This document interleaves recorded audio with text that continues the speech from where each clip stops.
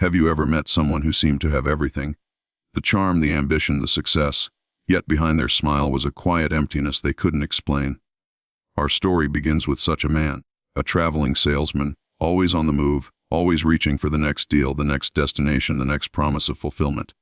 From city to city, he carried his suitcase full of samples, his mind full of plans and his heart full of restlessness. But somewhere between the highways and hotel rooms, something began to change. The silence of the night started speaking louder than the noise of his ambition.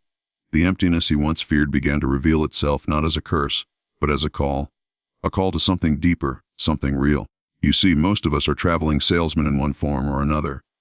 We go from experience to experience, relationship to relationship, achievement to achievement, trying to sell ourselves the idea that this next thing will finally complete us. And yet the more we chase, the further peace seems to go. But one day for the salesman, as for many of us, the chase ends. The outer journey runs out of road, and we are left face to face with the only landscape that truly matters, the inner one. It is here in the stillness that a transformation begins, a movement not from place to place, but from self to spirit, from doing to being. This is the story of a man who stopped selling and started seeing. The salesman who lost everything he thought he was, and in that loss, awakened to everything he truly is. Because the greatest journey is not measured in miles, but in awareness. And the real destination has never been out there, it's been here all along within. He began, as so many of us do, by moving through life at full speed. A salesman with a purpose, a man who believed that the next trip, the next client, the next sale would bring him the peace and satisfaction he had been chasing for years. He was always on the road, confident, determined, and endlessly persuasive. To the world, he was a success story in motion. Yet within that constant movement was a subtle ache, a quiet sense that something essential was being left behind. He couldn't name it, but it followed him from town to town like an invisible shadow. There is a strange paradox in the human condition. The more we pursue fulfillment through external activity, the further it seems to slip away. The salesman's story is a mirror of that paradox. Every mile he traveled added to his experience, but not to his depth. Every handshake brought connection, but not communion. He mistook activity for aliveness, mistook motion for meaning. This is the tragedy and the truth of much of modern living. We have become experts at doing, but amateurs at being. In Joel Goldsmith's language, this is the life lived in the outer sense. It is the life built on form, on circumstance, on constant engagement with the external.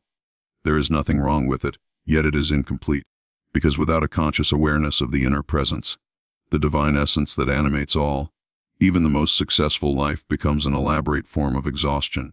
The salesman was outwardly thriving but inwardly homeless, and that is a far more painful poverty than the lack of material things. What makes this story compelling is that it isn't unique. It's yours, it's mine, it's humanity's shared narrative. We all begin by believing that fulfillment lies somewhere ahead of us, in the next job, the next relationship, the next accomplishment. We treat peace as a destination rather than a realization. But what Goldsmith reminds us, and what the salesman was destined to discover, is that there is no peace in accumulation. Peace begins only when the movement of seeking slows down long enough for awareness to awaken. That is the moment when one begins to notice the quiet, the spaces between the tasks, the subtle awareness that watches, listens, and remains untouched by the world's noise. The salesman's first step toward becoming a mystic wasn't found in a temple or through a teacher. It began in the loneliness of his own success, in the moment he recognized that all the roads he traveled led him back to the same inner question: who am I really? And that question changes everything. It dismantles the illusion that meaning is out there waiting to be found. It invites us to stop chasing and start perceiving, to recognize that the life we seek to possess is already alive within us, quietly watching as we move through time. When we finally pause long enough to see that truth, the outer journey begins to lose its frantic urgency. We realize that the search for success was never about acquiring more, but about awakening to what has always been present. The salesman's journey began as a race across cities, but the real journey began the moment he stopped running. Because the true destination of every traveler is stillness. There comes a point in every seeker's life when the movement of striving begins to lose its meaning. The salesman reached that point not through failure, but through success. He had achieved what he once believed would make him whole: financial stability, recognition, the freedom to go anywhere, to do anything. Yet none of it brought rest.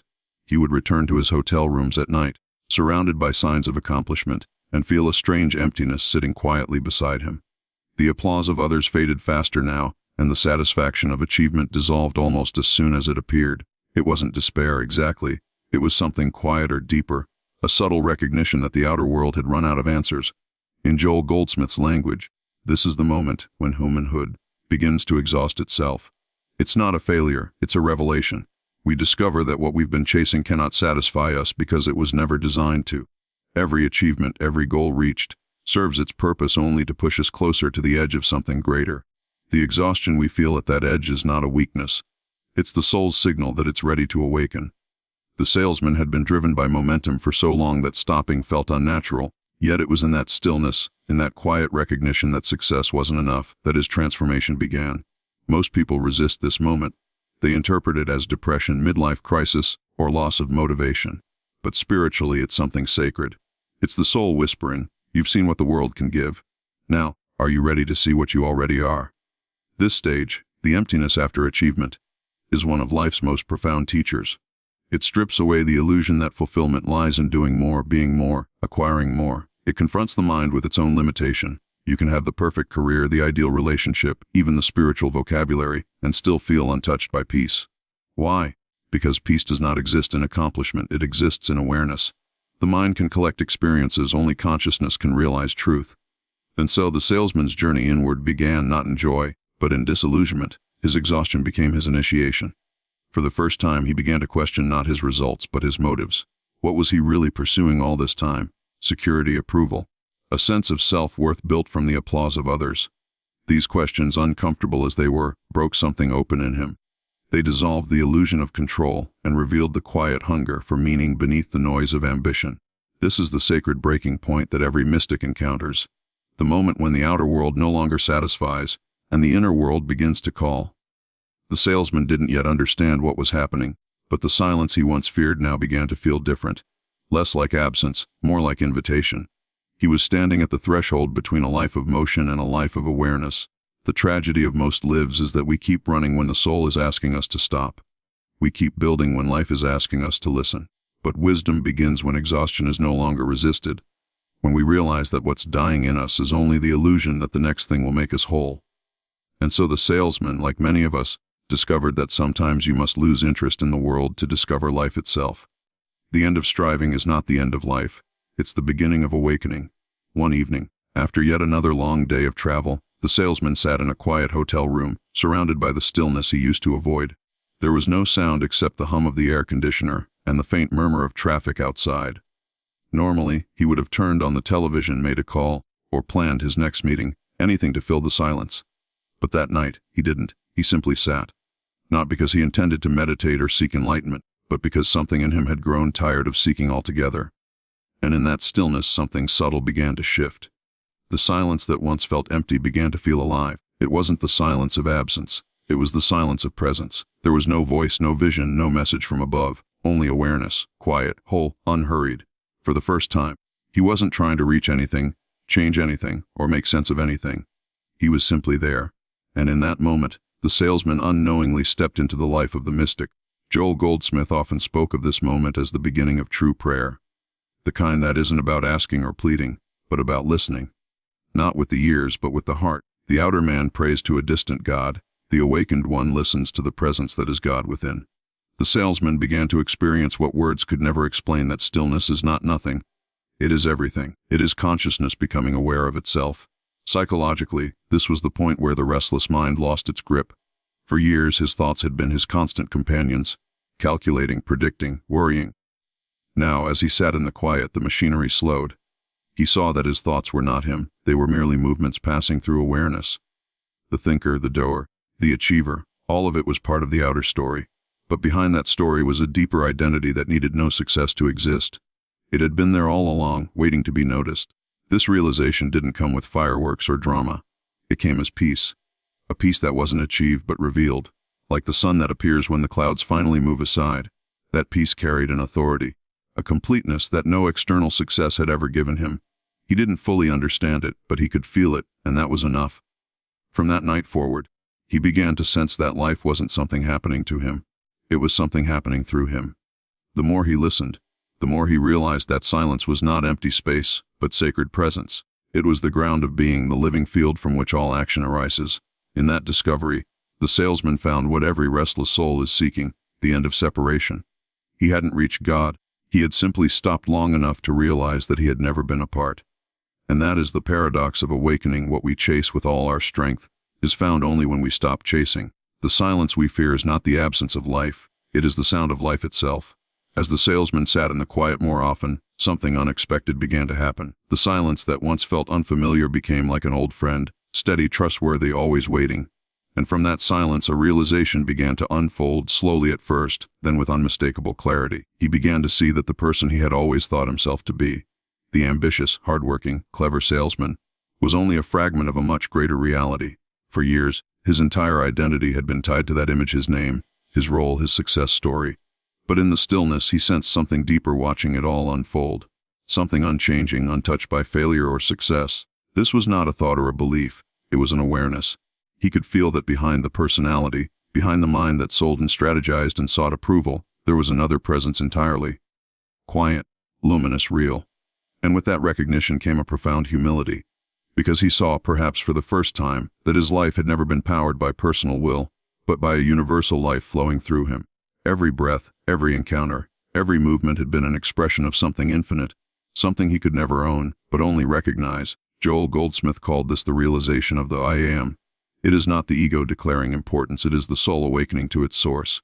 When a person says, I am tired, or I am successful, the mind attaches the sacred, I am, to passing conditions. But when the masks fall away, what remains is pure being, unconditioned, silent, eternal. The salesman began to sense that this, I am, was the same in him as it was in every person he met. The same presence lived behind every pair of eyes, every heartbeat, every breath. There was no longer, only varying expressions of one life. This realization changed everything. He didn't suddenly withdraw from the world or renounce his work. In fact, he still traveled, still spoke with clients, still navigated the same outer world. But his relationship to it had transformed. He was no longer trying to make things happen. He was allowing life to express itself through him. The tension of striving dissolved into a quiet confidence, not born of pride but of trust. It was as if an invisible rhythm guided him now, and all he needed to do was listen. Psychologically, this shift was monumental. The old identity was built on comparison and competition, always measuring itself against others. The new awareness had no need for measurement, because it was whole. When he met others, he no longer saw opponents or opportunities. He saw himself mirrored back through countless forms. And in that seeing, compassion naturally replaced ambition.